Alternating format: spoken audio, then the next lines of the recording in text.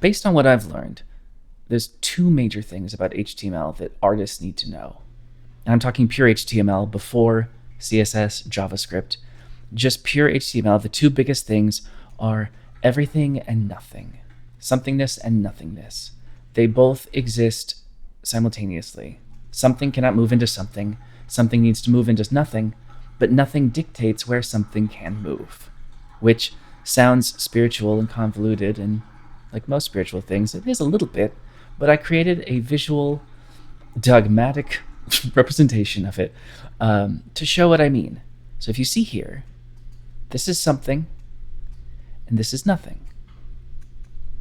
So these are represented visually, but the point is, anytime somebody says, I'm good with UI, what they really mean is that they're very good at the balance of something and nothing, at least in their own opinion, because style is, of course, subjective. But this just conveys what I'm talking about. These spaces, these white cubes, are called canvases. The emptiness that I'm dragging and represented as a border is called a div. So it's canvases and divs all the way down. And these are the things you really need to know about. Canvases are what things go on. They're the things that you can't paint directly on an HTML canvas without going through other languages a little bit. Certainly CSS. CSS can warp the pixel aspect ratio of an HTML canvas and make it look like pixel art. So it truly is like a substrate of everything. But canvases are what you animate onto. Without them, you can't animate anything. And then divs are just kind of what organizes the things that are visual. And that's pretty much it. As far as pure HTML, before you start getting other things involved, is just this idea of nothingness and somethingness and learning to navigate it. This took me a while to grasp and to figure out how to do. That pretty little thing in the corner there is a state machine, is a explicit state machine that indicates through color what the mouse behavior is in, and cycling through it from listening to armed to release to create an element, a canvas element, or to create a div element. There's two functions going on: the creation representation through the fading off and on. That's the fun behavior that I decided on. Any div I drag smaller than a canvas becomes a canvas. That's just aesthetic.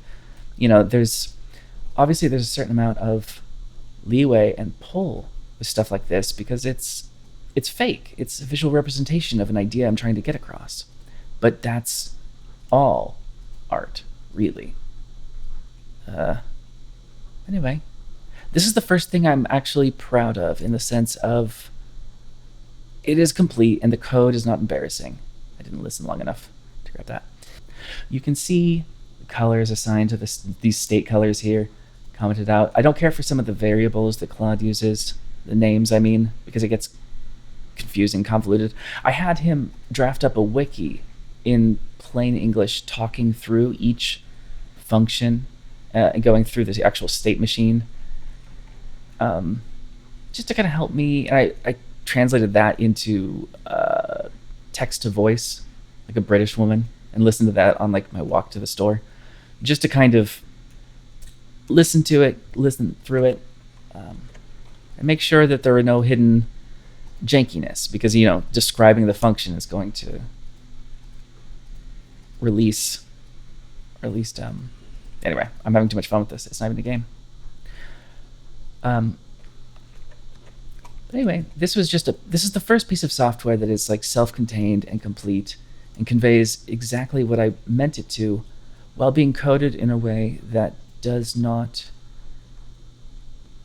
dismiss the importance of readability and elegance. And I think that's all that this video is for now.